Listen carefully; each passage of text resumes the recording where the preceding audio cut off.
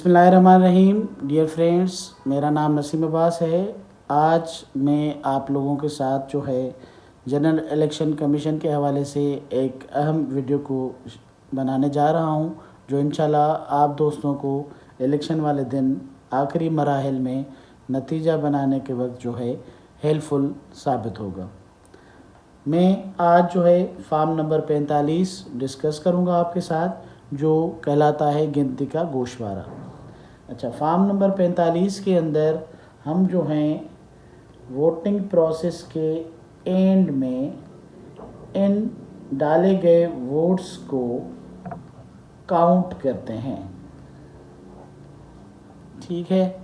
अच्छा, ये जो वोट्स होते हैं जो लास्ट में हमें काउंट्स करने होते हैं, इनकी जनरल जो हैं 3 कैटेगरीज़ हैं, जो हमें काउंटिंग के दौरान अपनी काउंटिंग के मरहले को कंप्लीट करने के लिए जो हैं जमा करके बाद में काउंट करनी होती हैं। एक वो वाले वोट्स जो बेल्ट बॉक्सेस के अंदर होते हैं,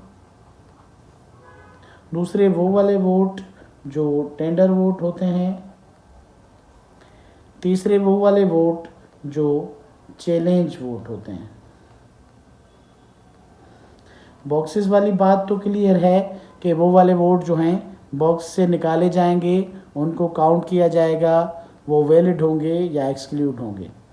ये जो टेंडर वोट होते हैं, ये जब टेंडर वोट कास्ट हो रहा होता है वो बेल्ट बॉक्स का हिस्सा नहीं होता है।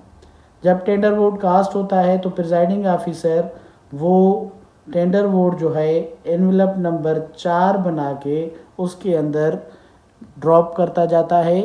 टोटल वोट जो भी टेंडर वोट कास्ट होंगे वो एनवेलप नंबर 4 में जमा होते हैं। चैलेंज वोट जब होता है तो चैलेंज वोट जो है एनवेलप नंबर 7 के अंदर प्रिजाइडिंग ऑफिसर इकट्ठा करता जाता है और लास्ट में ये काउंटिंग के लिए खुलते हैं। ठीक है।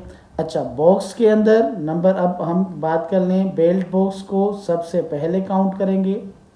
दूसरे नंबर पे आप लोग जो है टेंडर वोट वाला जो एनवेलप यानी एनवेलप नंबर 4 को काउंट करें।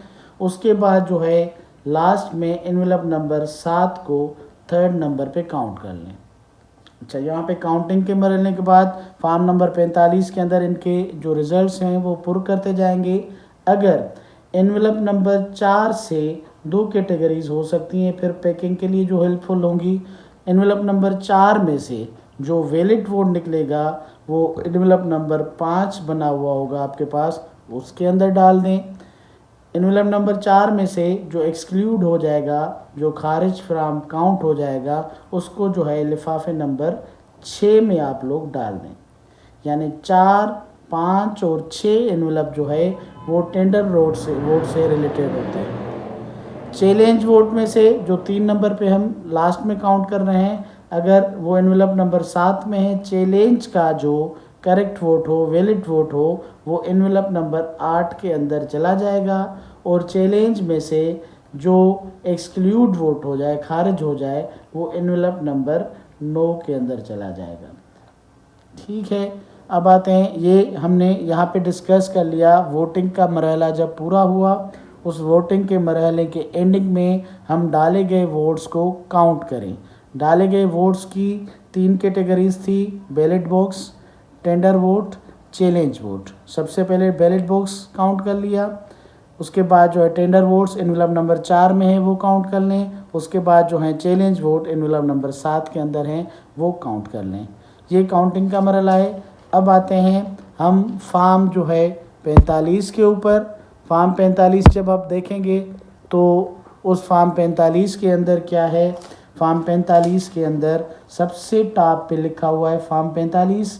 उसके बाद जो है ये जो है इलेक्शन बराए कौमी असेंबली, अगर कौमी असेंबली हो रही है तो वो, अगर सूबाई असेंबली का बना रहे हैं तो आप सूबाई असेंबली को टिक करेंगे, और प्रोविंस के अंदर, सूबे के अंदर आप अगर सिंध में है तो सिंध, पंजाब में है तो पंजाब, कहीं पे भी हैं तो वो वाला सूबा टिक कर देंगे।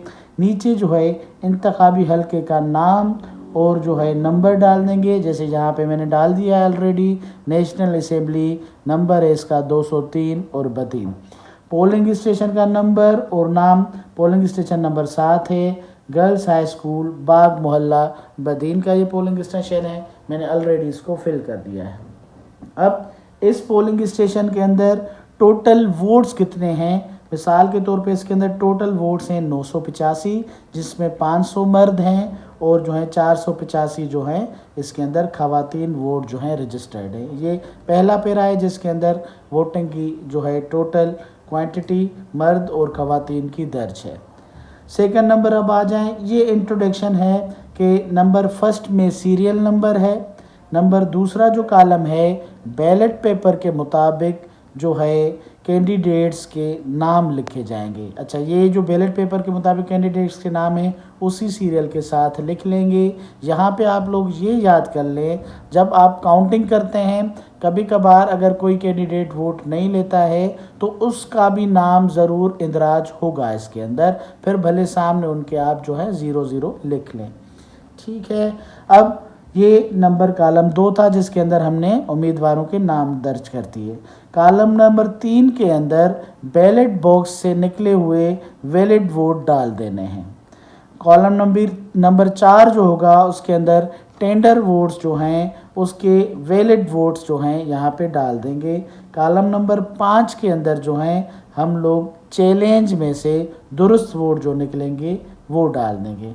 कॉलम नंबर 6 के अंदर ये यानी कि बैलेट बॉक्स वाले, टेंडर वाले और चैलेंज वाले सभी जो करेक्ट यानी वैलिड वोट थे उनका ग्रांड टोटल यहाँ पे हम इस कैंडिडेट का बना देंगे। ठीक है, अब ये हो गया एक नाम और इसका इंट्रोडक्शन। दूसरा आसान तरीका, फॉर्म नंबर 45 को अगर आप देखेंगे तो ये 3 मराहिल में बना हुआ है। ये नंबर फर्स्ट जो है ये वैलिड वोट के लिए है। मैं इसको फॉर सपोज में यहाँ पे क्योंकि समझाने के लिए है, ये पहला वाला सेक्शन फॉर सपोज नाम देता हूँ मैं ए। ये इसका दूसरा सेशन है जिसको नाम देता हूँ मैं बी, और ये इसका तीसरा सेशन है जिसको नाम देता हूँ मैं सी। ठीक है, फर्स्ट वाला जो इसका ए पोर्शन है ये सब वैलिड वोट्स के लिए है। इसका जो बी सेशन है ये सब जो है खारिज और एक्सक्लूड वोट्स के लिए है। नंबर सी जो है उसके अंदर प्रिजाइडिंग ऑफिसर, उसके पर्टिकुलर्स, उसका एनआईसी, उसकी सिग्नेचर और थंब इम्प्रेशन आएगा, और उसी कॉलम सी के दूसरे पोर्शन के अंदर सीनियर प्रिजाइडिंग ऑफिसर, उसके पर्टिकुलर्स, एनआईसी, थंब इम्प्रेशन और साइन आएगा। ए के अंदर वैलिड शार्ट कर दें, बी के अंदर एक्सक्लूड, सी के अंदर वेरिफिकेशन जो आप लोग इशू कर रहे हैं प्रिजाइडिंग और सीनियर प्रिजाइडिंग ऑफिसर। यहाँ पे मैंने जो है 7 कैंडिडेट का नाम ऑलरेडी लिख दिया है जो इसके अंदर फॉर सपोज कंटेस्टेंट हैं और उम्मीदवार हैं इलेक्शन के लिए। ठीक है, अब आ जाएं इनके अंदर हम वोट्स का इंदराज कर देते हैं, किसने कितने वोट्स जो हैं ले लिए हैं। सबसे पहले जो है ईमान मुदस्सिर जो कैंडिडेट है इसको हम जो हैं इनके वोट्स को जो है पुर करेंगे। फॉर सपोज बैलेट बॉक्स से ईमान मुदस्सिर ने जो वोट लिए हैं वैलिड वोट वो हैं 270।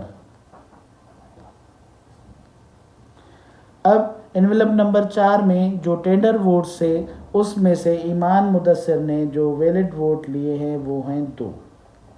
उसके बाद वैलिड चैलेंज वोट जो हैं, चैलेंज वोट में से ईमान मुदस्सिर ने वोट लिए हैं फॉर सपोज 3।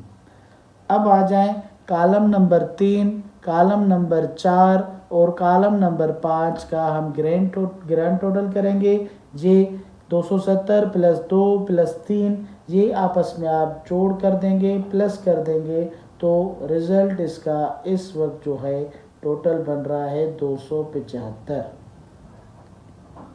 आसान हो गया। ऐसे ही आ जाएं सेकंड नंबर पे जो असद खान है इसने बॉक्स में से वैलिड वोट लिए हैं 118। ऐसे ही आ जाएं इसने टेंडर वोट कोई भी नहीं लिया, ये 00 हमने ड्रॉप कर दिया। इसने चैलेंज वोट में से 8 वोट जो है इसके हो गए। बॉक्स वाले, टेंडर वाले और चैलेंज वाले इसके टोटल करेंगे तो ये इसका हो जाएगा 126। प्रॉपरली बयान करें, यानी कॉलम नंबर 3, 4 और 5 का मजमुआ जो हो जाएगा 126 हो जाएगा। अब कैंडिडेट थर्ड है बशीर अली, इसकी जो वैलिड वोट है वो 92 हैं। इसके जो टेंडर वोट्स हैं वो 00 है और इसके जो चैलेंज वोट हैं वो हैं 2। अब आ जाएं, इसका ग्रांड टोटल जो बन जाएगा वो बन जाएगा 94। अब आ जाएं कैंडिडेट नंबर 4 पे जो मौजूद हैं इमरान नवाज साहब, इसके जो वैलिड वोट हैं वो हैं 9। इसके जो टेंडर वैलिड हैं वो हैं 2। इसके जो चैलेंज है वो है फॉर सपोज 1। इसका ग्रांड टोटल बन जाएगा 12। उसके बाद आ जाए गुलाम रसूल ने वोट लिए वैलिड बॉक्स में से 8, वैलिड टेंडर में से 00, वैलिड चैलेंज में से 0 और इसका टोटल बन जाएगा 8।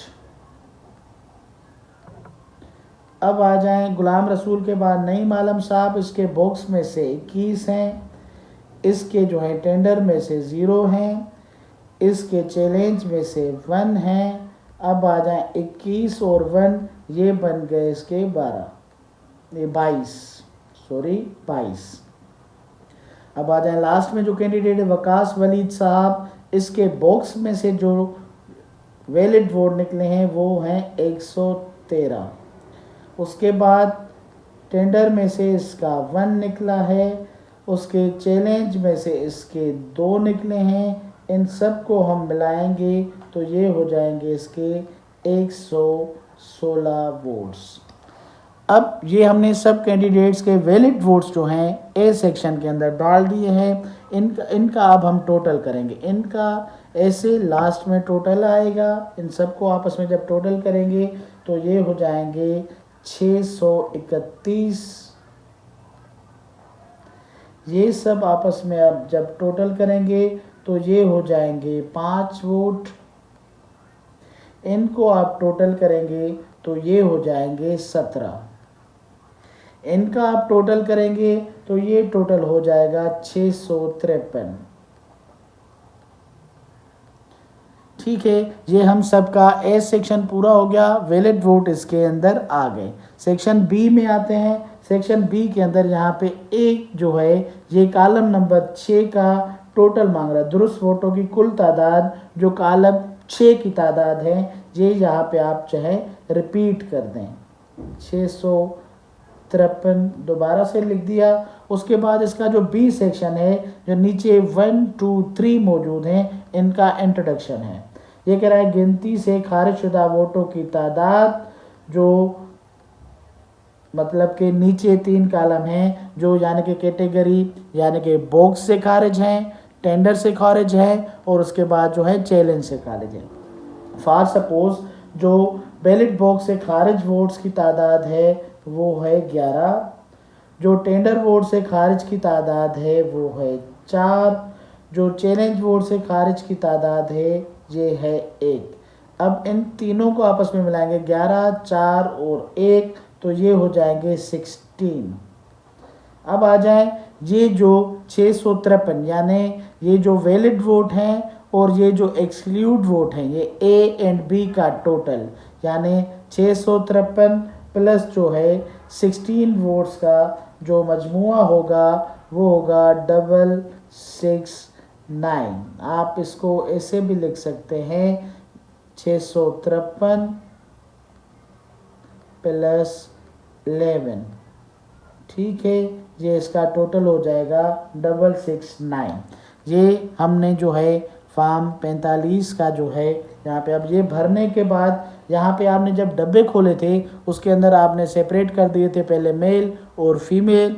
मेल की काउंटिंग करने के बाद आपने मेल का टोटल वैलिड जो है प्लस एक्सक्लूड और फीमेल का वैलिड और एक्सक्लूड जो है अपने पास रफ वर्क पे नोट कर लिया था। फॉर सपोज जो है मर्द हजरात जो है उनकी वैलिड और एक्सक्लूड जो है टोटल जो है दोनों डाले गए, दोनों और दो डाले गए वोट्स की तादाद जो है वो है 363 और ख़वातीन की जो तादाद थी वो है 306। ये भी टोटल होगा, ये सेम ही होना चाहिए 669। यानी इसके अंदर मेल के वैलिड प्लस एक्सक्लूड काउंट हो गए, फीमेल के भी वैलिड प्लस एक्सक्लूड काउंट हो गए। ये जो टोटल है और प्लस में ये दोनों का टोटल सेम होना चाहिए। उसके बाद लास्ट में जो है सी वाला सेशन जो है, वो सी वाले सेशन के अंदर जहाँ प्रिजाइडिंग ऑफिसर के पर्टिकुलर साइन और थंब इम्प्रेशन आएगा और assistant presiding senior presiding officer का थंब इम्प्रेशन, साइन और पर्टिकुलर्स आ जाएंगे। नीचे इस बार जो है एक जो है प्रिजाइडिंग ऑफिसर की तहरीरी नोट का कॉलम भी लगाया गया है। इस तरीके से हम फॉर्म 45 को जो है बआसानी जो है फिल कर सकते हैं। इसके हवाले से अगर कोई भी सवालात जवाबात हों तो वो भी आप कमेंट्स में डाल सकते हैं। अपना ख्याल रखिएगा। अल्लाह हाफ़िज़। अब फॉर्म नंबर 46 को इंशाल्लाह हम नेक्स्ट वीडियो के अंदर डिस्कस करते हैं।